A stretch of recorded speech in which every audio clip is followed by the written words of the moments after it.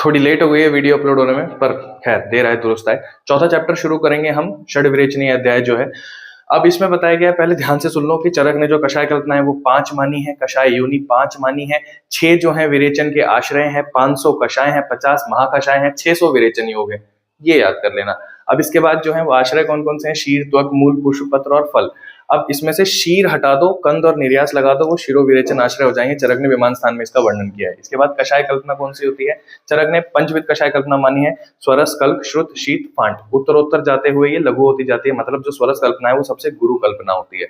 अब इसी में सुश्रुत ने सारे पांचों माने हैं, उसके साथ साथ शीर कल्पना का और एडिशन किया है। वाग्भट ने सारे पांचों माने हैं कॉमन। काश्यप ने किया है चूर्ण और अभिशप्त जो है उसने अलग से कल्पना मानी है अलॉन्ग विद दिस 5 कल्पना। कषाय योनि जो है वो 5 होती है।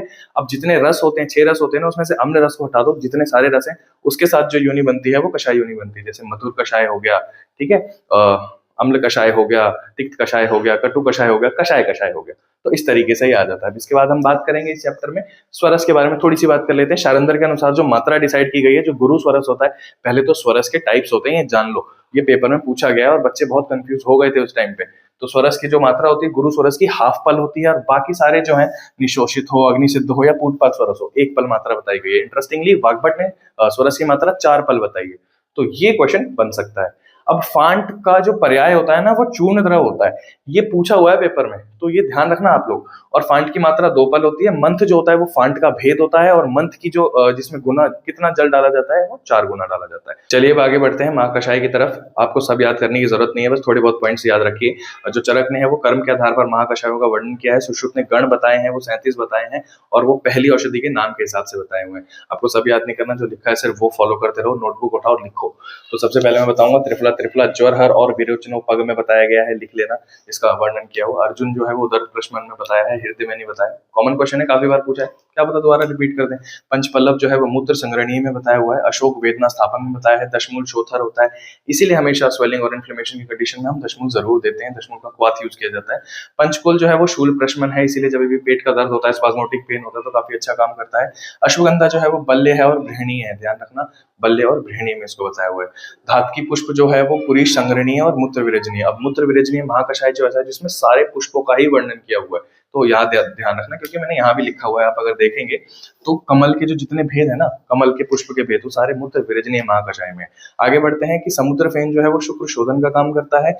आरगवत जो है वो कुष्ठाग्न और कंडुग्न दोनों में बताया गया, इसीलिए हम आरगवत आती जो गुटिका आती है ना, उसको सीवियर पेन या इचिंग की कंडीशन जो होती है स्किन के पेशेंट्स में, उसमें यूज करते हैं। Next is भल्लातक। हिंगू जो निर्यास है वो दीपनीय बताया गया है। भल्लातक को अर्शोग्न महाकषाय में नहीं इंक्लूड किया गया, याद रखना।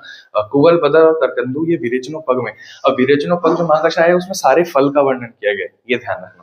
अब इसके बाद आमरस्थी जो है वो पुरीश संग्रहणीय है, मतलब आपके मल को संग्रहण करेगी। नेक्स्ट तृणपंचमूल को आता है, मूत्र विरेचन करता है, डायूरेटिक है, इसके साथ साथ स्तन्य का जनन करता है, मतलब मिल्क प्रोडक्शन को एनहांस करता है, दैट्स इट। उसके बाद हरिद्रा, दारू हरिद्रा जो है वो लेखनीय में बताया गया है, और दारू हरिद्रा को कंडुग्न महाकषाय में भी रखा गया है। काकोली, शीर काकोली जो है वो जीवन, ब्रीहण और शुक्रजनन स्नेहनोपग, इसमें भी यूज किया गया है, इसमें वर्णन किया गया है। कुटकी को जो रखा है वो संज्ञा स्थापन महाकषाय में रखा है, और संज्ञा स्थापन में गुगुलू को भी रखा है। गुगुलू को वेदना स्थापन में नहीं रखा हुआ है, ध्यान रखिएगा। अब स्वस्थवृत्त की दृष्टि से सबसे बेस्ट जो है वो महाकषाय माना गया है, श्रमहर महाकषाय को। अब कुछ अपवाद देख लेते हैं जो हम कॉमनली सोचते हैं पर वो होता नहीं है। जैसे क्या कि सूरण, सूरण अर्श की बहुत अच्छी मेडिसिन है ना, पर अर्शोग्न महाकषाय में है ही नहीं।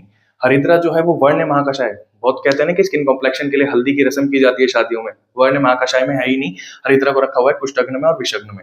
शतावरी जो है वो हम लैक्टेशन के लिए यूज करते हैं, पर स्तन्य जनन महाकषाय में शतावरी का वर्णन नहीं किया गया है। शतावरी को बल्य माना है और शुक्र जनन माना हुआ है। नेक्स्ट इज मदन फल। मदन फल को तो वामक योग में भी रखा है, पर वमनोपग महाकषाय में उसको चरक ने शामिल नहीं किया, उसको अनुवासनोपग में शामिल किया हुआ है। जम्बू जो है वो पुरीश संग्रहणीय में नहीं है, मतलब वो मल का संग्रहण नहीं करेगा। पुरीश विरेचनीय में मिलेगा और मूत्र संग्रहणीय में आपको जम्बू मिल जाएगा। Next is इक्षु। इक्षु क्या करता है, मूत्र का प्रोडक्शन करता है। मूत्र विरेचनीय में नहीं माना उसको, मूत्र विरेचक नहीं है, लेकिन स्तन्य जनन में इक्षु का वर्णन किया गया। गुड़ूची जो है हम कॉमनली फीवर में यूज करते हैं, पर ज्वर हर महाकषाय में गुड़ूची का वर्णन नहीं किया गया है। वय स्थापन में किया गया है और दाह प्रशमन में किया गया, लेकिन वाग्भट ने अपने ज्वर हर महाकषाय में गुड़ूची का वर्णन किया है, ये ध्यान रखिएगा। एरंड जो है उसको विरेचनोपग में होना चाहिए, पर है नहीं। एरंड को रखा हुआ है किसमें, भेदनीय महाकषाय में। तो ये कुछ अपवाद थे, इसको ध्यान रखना। महाकषाय को इसी तरीके से याद करना। नेक्स्ट वीडियो में नेक्स्ट चैप्टर के साथ मिलूंगा, इसमें एक दो और स्मॉल पॉइंट्स है वो आप देख लीजिएगा, पर पेपर के लिए इतना ही इंपॉर्टेंट है।